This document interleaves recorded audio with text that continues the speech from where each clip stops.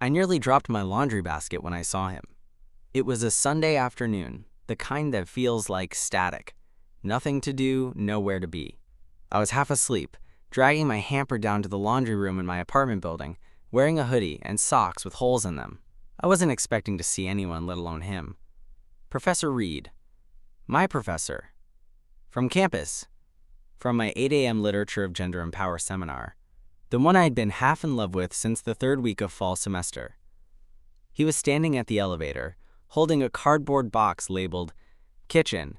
His sleeves were pushed up to his forearms, and a faint line of sweat ran down the side of his neck like he'd just finished moving the last of his stuff. The sight of him in jeans and a worn gray t-shirt instead of his usual dress shirt and blazer made my brain short-circuit. He glanced over at me, and I watched the recognition hit him too. "Oh," he said, eyebrows lifting. "You're Leo," I blurted, "from your Tuesday/Thursday class." He smiled, a soft, amused kind of smile like he already knew. "Right, Leo, of course. I didn't expect to see anyone I knew here yet." "You're moving in?" "Yeah, just finished the last load. I'm in 4B. I blinked. I lived in 4D. 4 doors down from the man I'd spent the last 2 months, trying not to stare at every time he bent over a desk or leaned against the lectern with his arms crossed. "That's close," I said, immediately regretting how weird I sounded. "I'm just down the hall." He nodded and adjusted the box in his hands. "Guess I'll be seeing you around then." There was a beat of silence. Not awkward exactly, but thick enough that I noticed it. He pressed the elevator button, and I stood there with my stupid laundry basket, suddenly feeling about 12 years old. "You settled in yet?" I asked, filling the air. "Mostly. Still figuring out how thin the walls are. The guy in 4A plays drums. At night." I laughed. "He's a music major. You get used to it. Sort of." The elevator dinged. He stepped in and turned to face me. "You're on 4 too?" "Yeah, 4D. Small world," he said, giving me one last look that I couldn't quite read before the doors slid shut.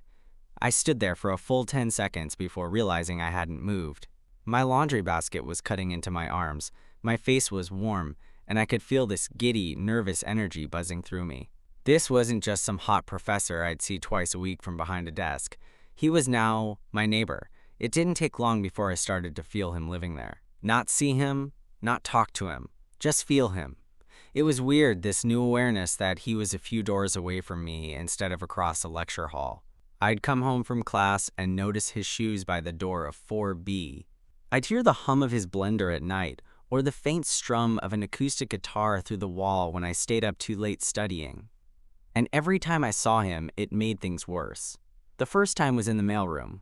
I was wearing sweatpants and slippers, sorting through a pile of ads and credit card offers. He walked in wearing joggers and a black hoodie, earbuds in, hair damp like he'd just come from a run. He gave me this quick, warm nod as he pulled out his own mail, but then lingered for a moment like he had something else to say. "You adjusting okay to the class this semester?" he asked finally. I looked up, caught off guard. "Yeah, I mean, it's a lot, but I like it." He smiled, almost like he was relieved. "Good. You've got a strong voice. You should use it more in discussions." I flushed. I didn't know what to say. Was that just him being encouraging? Or was it something else? Then the elevator doors opened behind him, and the moment was gone. Another time, I was coming back from a study group, and we bumped into each other in the hallway. Literally. I turned the corner too fast and knocked into him. He caught my elbow instinctively, steadying me, and for a second, his hand stayed there just a little too long. "Sorry, wasn't looking," I said, trying not to sound like my heart had just leapt into my throat. He let go, cleared his throat. "No worries. You okay?" "Yeah, just tired. Been in the library since 10. He nodded. "Ah, finals creeping up." "Like a storm cloud," I said, managing a smile. Something flickered in his expression then. Not a smile exactly, but something softer. "Well, try not to burn out too early." It sounded like advice, but it felt like something else. Something a little more personal. It was around the third week of him living there that I ran into him in the laundry room again. I was folding a stack of shirts on the communal table, earbuds in, when someone walked in behind me. I turned, expecting one of the usual neighbors, and froze. Professor Reed. In gym shorts and a sleeveless shirt, a small laundry basket tucked under one arm. His biceps looked completely unfair in this lighting. "Didn't mean to scare you," he said, noticing my expression. I pulled out my earbuds. "No, you didn't. I just wasn't expecting anyone." "You always do laundry this late?" I shrugged. "Only time I can get a machine. Everyone else is asleep." He set his basket down and leaned against one of the dryers. Smart. We were alone in the room. The dryer buzzed behind me, but I didn't move. For a moment, neither did he. It felt like one of those movie scenes where the lighting dims and the camera zooms in, except this was real life and I had absolutely no idea what to do with my hands. "You staying on campus for the summer?" he asked, breaking the silence. "Yeah, got a job at the bookstore and figured I'd take a couple classes too. You?" He nodded. "They've got me teaching one of the short-term summer sections. It's kind of nice, smaller groups." "That's cool." I tried to sound casual, but my mind was spinning. The idea of seeing him more, of maybe being in one of his classes again, sent a ripple of heat down my back. He leaned down to start his load, and I turned back to folding, trying not to stare. But it was impossible not to notice how close we were, how quiet the room was, how different he felt here, outside the rules of school and grading rubrics.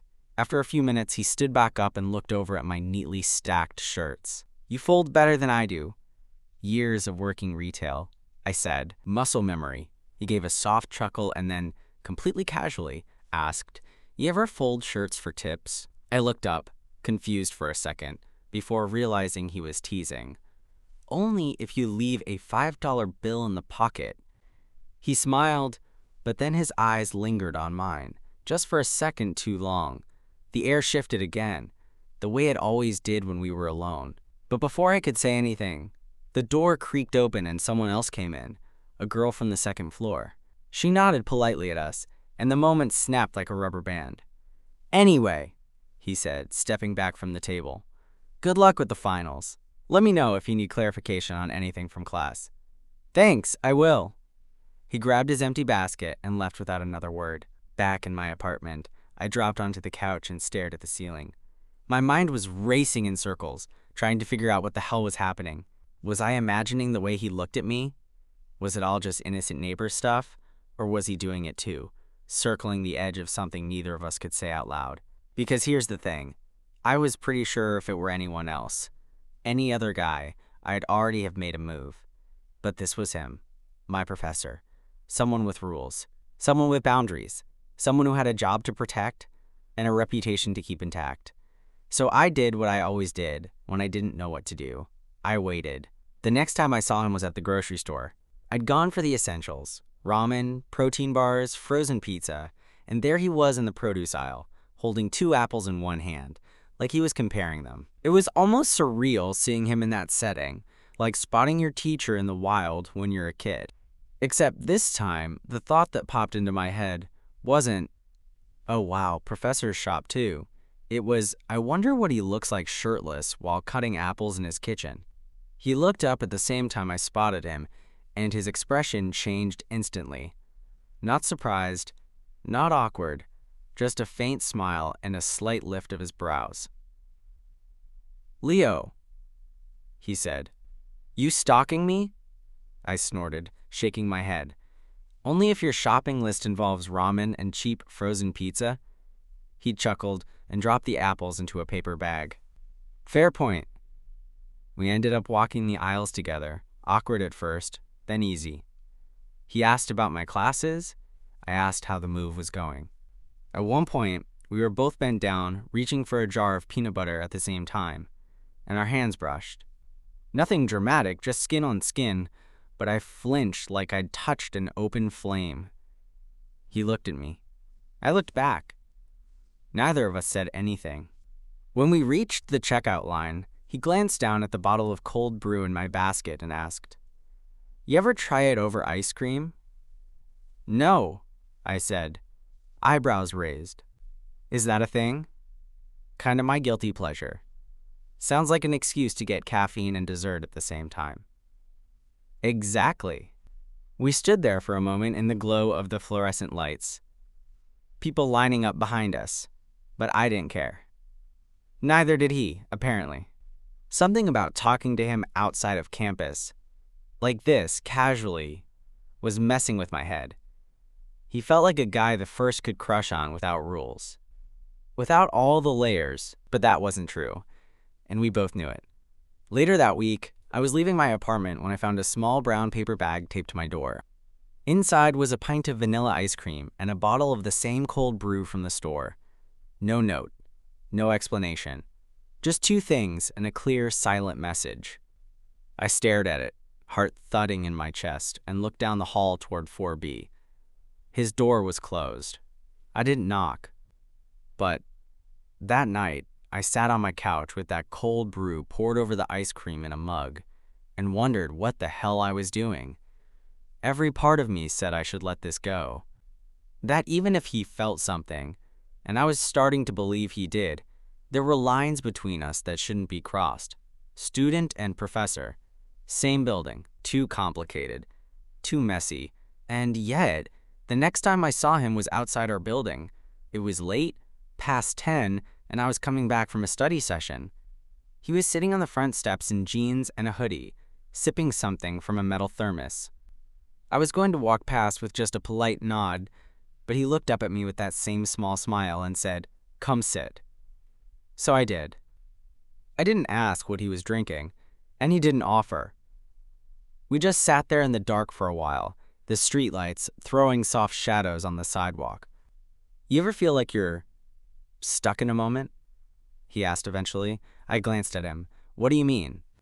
"Like you know what you want, but getting it would mean undoing everything you've worked for." I didn't answer right away. My chest tightened with the weight of his words. "You talking about work stuff?" I asked carefully. He didn't answer, just looked down at the thermos in his hands. Then he said quietly, "You're smart, Leo. Thoughtful. You see things other people miss."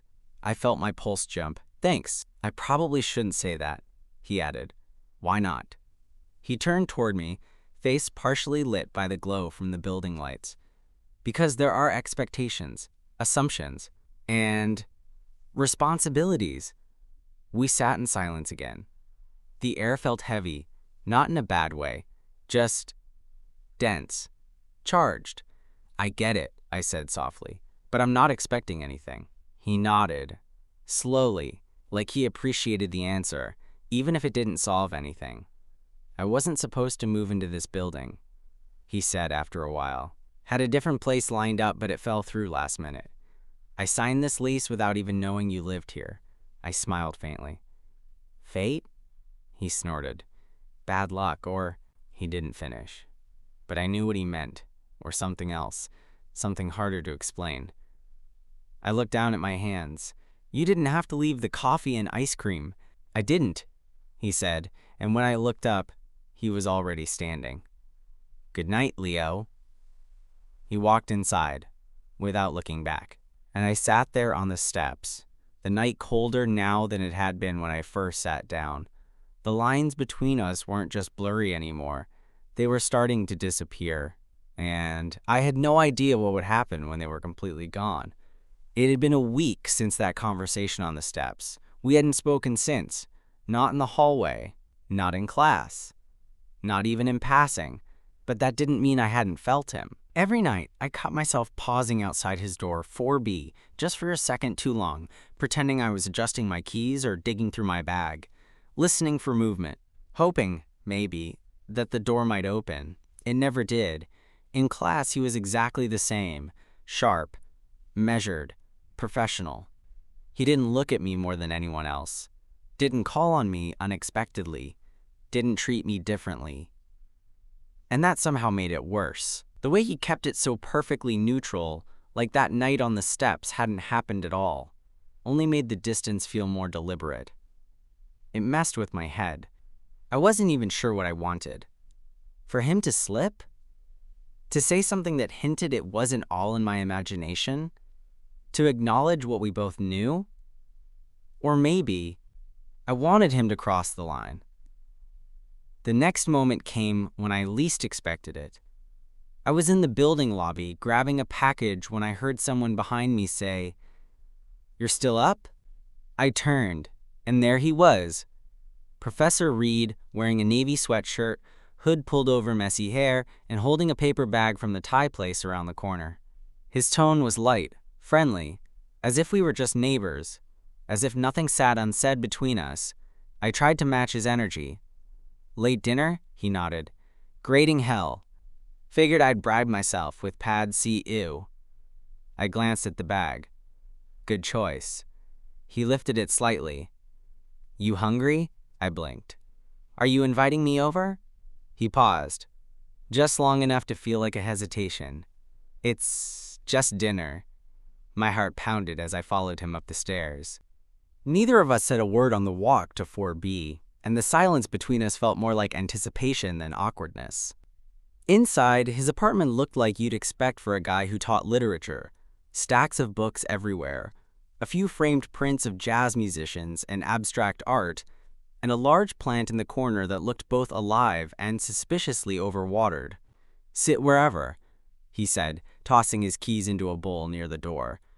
I sat on the couch, trying not to feel how familiar it felt. Trying not to notice the extra mug on the coffee table that hadn't been there the last time. Had he left it for me? Had he hoped?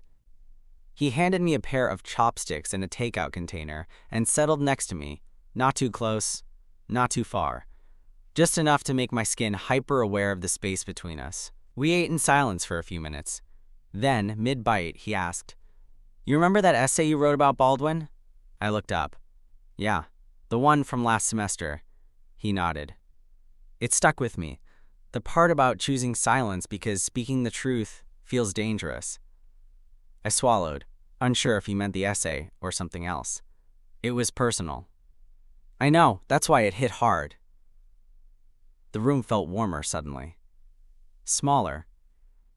I set my container down, unsure what to say. He glanced over, then added softly, "You ever feel like you've already said everything you needed to, but you're still waiting for permission to act like it?" I met his eyes. This time, I didn't look away.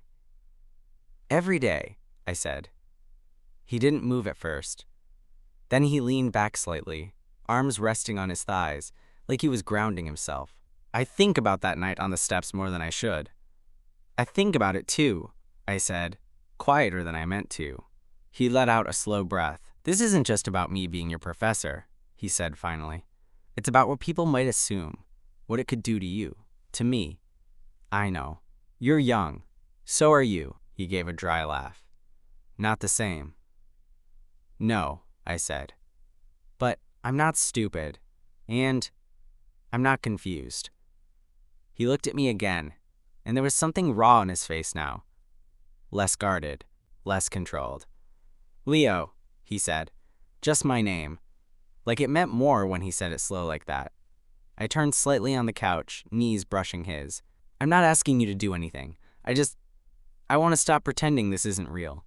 The silence between us grew heavy, and then he reached forward, fingers brushing the edge of my sleeve, just barely. The contact was so light it almost didn't register, but it did.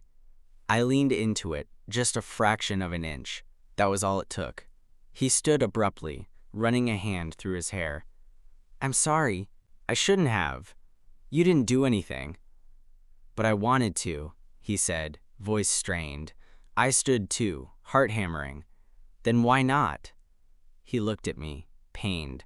"Because once I do, we don't go back. Not to normal, not to rules, not to pretending." "I don't want to go back," I said. And that stopped him. For a long moment, he just stared at me. Then, finally, he exhaled through his nose, slow and tired, and said, "You should go." I didn't argue. I walked out of 4B, heart thudding in my chest, the air in the hallway feeling colder than I remembered. My hand trembled as I unlocked my door. I stepped inside and leaned against it, not sure what had just happened, not sure if I'd crossed a line, or if I'd just exposed how badly I wanted him to. After that night, everything changed. Not outwardly. On the surface, life went on exactly as before. I still passed him in the hallway. Still saw him on Tuesdays and Thursdays in class. Still caught the occasional glimpse of him through his window when our curtains were open at the same time. But there was something new underneath all of it. A loaded silence. A conversation that hadn't ended. For the next few days, I kept expecting something. An email, a knock at my door, a message slipped under it maybe. Something. But there was nothing. Just distance. Controlled. Careful. It hurt more than I thought it would. Until Friday. That was the night the fire alarm went off in our building at 2:13 a.m. I remember the exact time because I'd been lying in bed, wide awake, staring at the ceiling. The alarm blared through the halls, that shrieking mechanical wail that makes you feel like your heart's gonna rattle out of your chest. I threw on sweats and slipped out into the hallway with the rest of the groggy tenants. He was already out there, barefoot, t-shirt and plaid pajama pants, rubbing sleep from his eyes with one hand and holding his phone in the other. His eyes met mine instantly, and for a second, the noise around us fell away. He walked over slowly, not like he was rushing, like he'd made a decision before the alarm even went off. "You okay?" he asked. I nodded, breath catching. "You?" He gave a short nod. I think this was someone burning popcorn. We both looked down the hall where a girl was apologizing to a firefighter, clearly mortified. "Should have known it would be 3C, he muttered. I smirked, despite everything. She burns something at least once a week. We stood there in the corridor, the other tenants filing past us, heading down the stairwell. We didn't move. He looked at me for a long moment, then said quietly, "I haven't stopped thinking about the other night." My stomach flipped. "Me either. I thought putting space between us would help," he said. But it didn't. I just kept seeing you, hearing your voice in my head, wondering what would have happened if I didn't ask you to leave. I was wondering the same thing. He stepped a little closer, enough that I could smell his shampoo. That clean, soapy scent that was somehow suddenly overwhelming. "I don't know how to do this right," he said. "Not without risking everything." I swallowed. "Then maybe don't do it right." That made him smile. Not fully, but enough. "I don't want to pretend anymore," I said. "I don't either," he admitted. "But I'm scared, not of you. Just everything else. I'm not asking for anything complicated. Just let's stop acting like this isn't happening." Another pause. Another moment where everything between us was teetering on the edge of something. Then, softly, he said, "Come over. After this clears."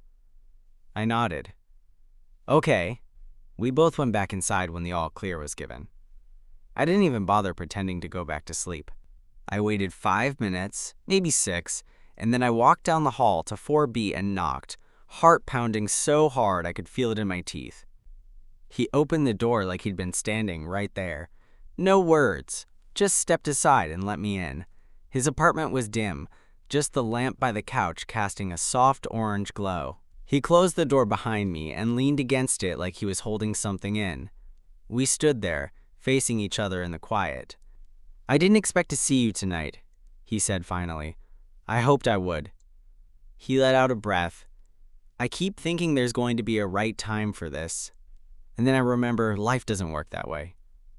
"It doesn't," I said. "It just gives you chances." And then he moved. Not fast, not dramatic. Just stepped forward and touched my cheek like he was checking to make sure I was real. His thumb brushed along my jaw, and I leaned into the warmth of his hand without thinking. "You sure?" he asked, voice low. "Yes," I said before he even finished, and then he kissed me.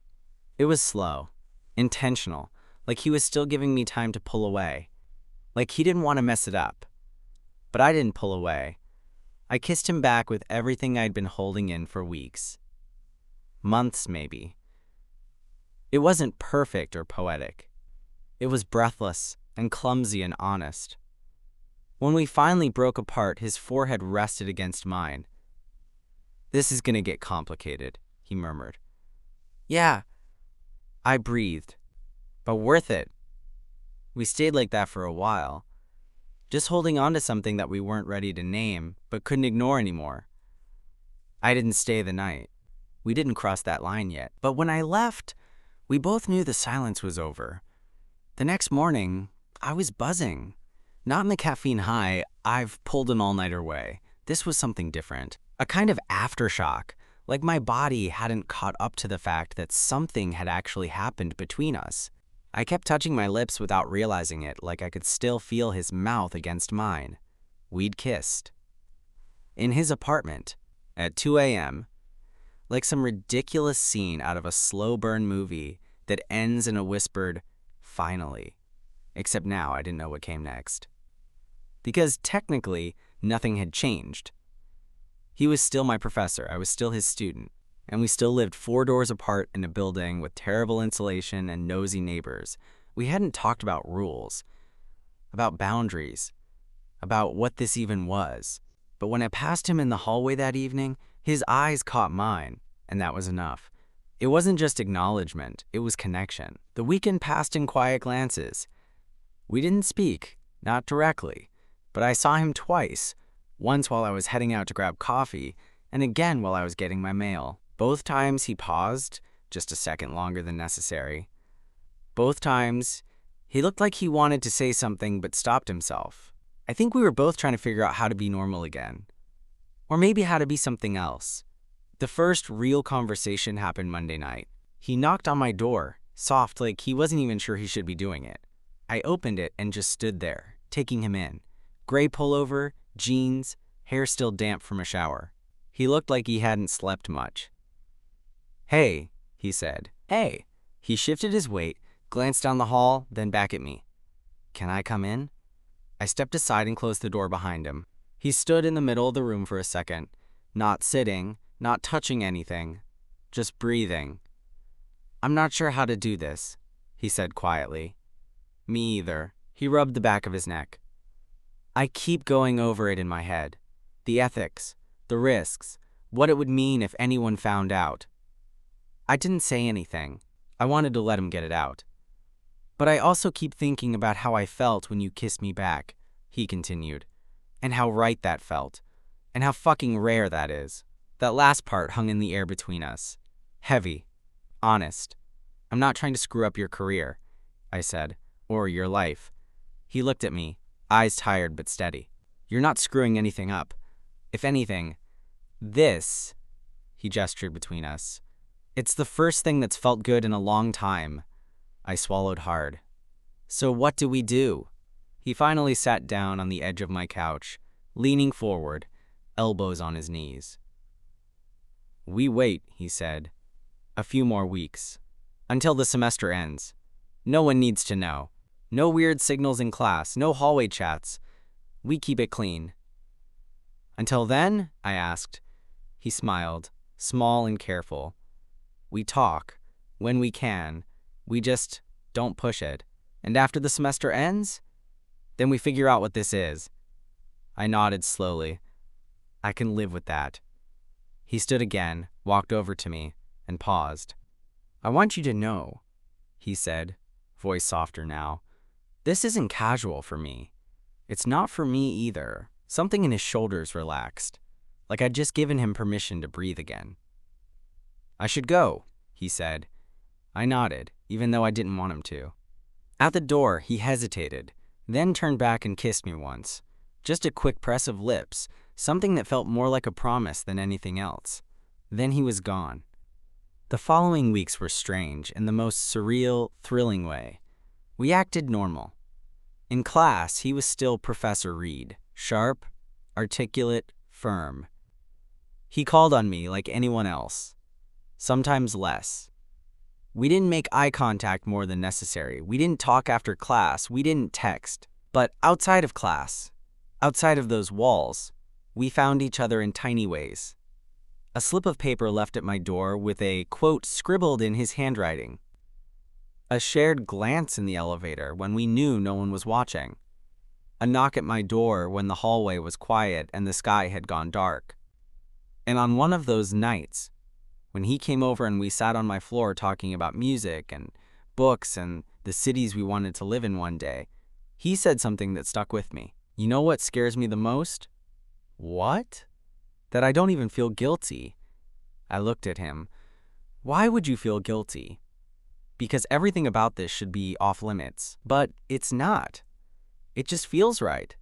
And the idea of walking away from it, of never knowing where this could go, it feels worse than breaking any rule. I reached for his hand and held it in mine. I'm not going anywhere, I said. And he squeezed back, hard. It happened on the last day of class. I sat in the back row, intentionally, not because I was avoiding him, but because something about that final session felt too charged, too loaded. The class was buzzing with that end-of-semester energy, nervous laughter, last-minute paper shuffling, whispered panic about grades. Everyone was half checked out, ready for summer. Except me. I watched him the entire time. Every word, every glance across the room, every pause before he wrote something on the board. He looked the same, composed, professional, detached, but there was something softer around the edges. Like he was counting the minutes too, not because he wanted to leave, but because it meant something was finally allowed to begin. When class ended, people filtered out, tossing thank yous over their shoulders like confetti. Some stayed to ask about finals. A couple tried to schmooze about letters of recommendation. I didn't move. He gave me nothing. Not a glance, not a signal. And that was how I knew it was real. He didn't knock that night. Instead, he texted, just one word, now? My heart jumped in my chest. I didn't answer, just opened my door, walked to 4B, and knocked twice. He opened it instantly. This time, he didn't hesitate. No caution, no second guessing. Just reached for me and pulled me in, like I'd been his all along. And the only thing holding him back had been time. It wasn't frantic. It wasn't that kind of kiss. It was deep and certain and slow. The kind of kiss that says, I've been waiting for this. I know what this means now. When we finally pulled apart, his forehead rested against mine, both of us catching our breath. The semester's over, he whispered. I know. No more rules. I smiled, fingertips brushing his jaw, then stopped talking. We spent the whole night together, not just physically, though, yeah, that happened too, but it was more than that. It was unspoken things finally getting room to breathe. We lay on the couch in the soft spill of a floor lamp, my legs draped over his, our hands tangled somewhere in between. He told me about the first time he noticed me, not in some inappropriate way, just as a person. A lot of students just echo whatever they think I want to hear, he said. You didn't. You pushed back. You made me think. That scared me more than I'll admit.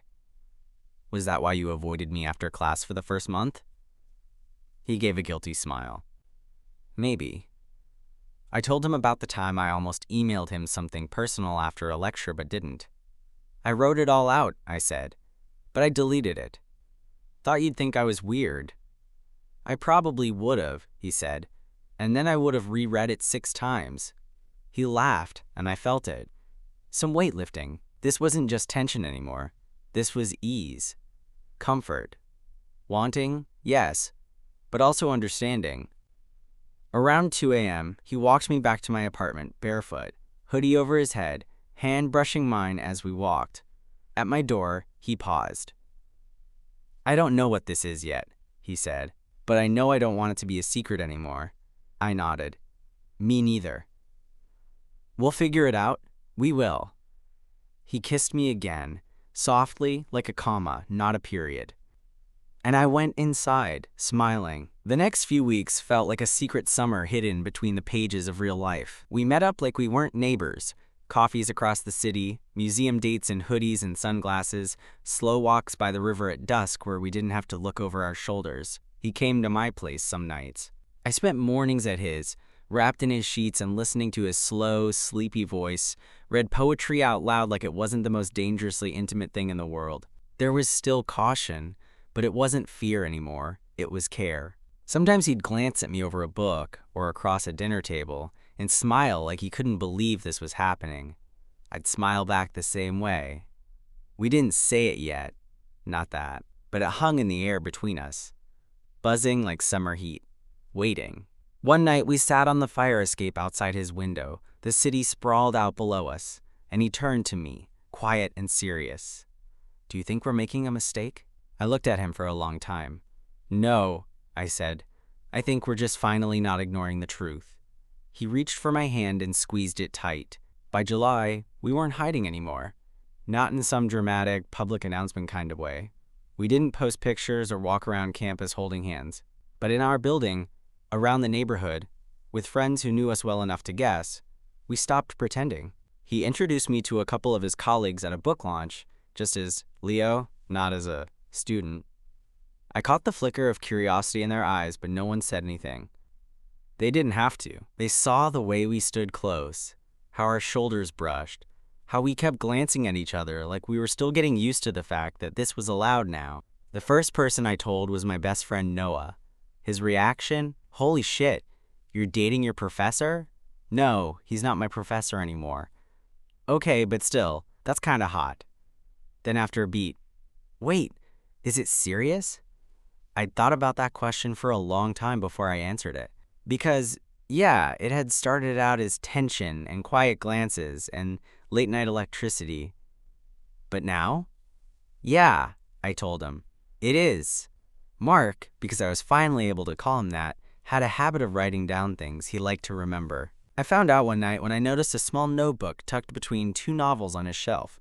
Inside, he'd written single sentences in messy handwriting, Leo in the hoodie.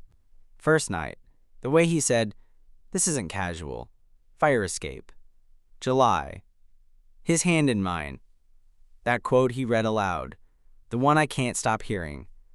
I didn't tell him I'd seen it, but I started keeping my own notes too. In my phone. In my sketchbook. On the back of receipts. Things like, his hand on the back of my neck when I can't sleep. How he listens, like he's memorizing me. The way he looks at me when he thinks I'm not paying attention. There were still hard conversations. We talked about what it would look like if he ever taught again. If people found out.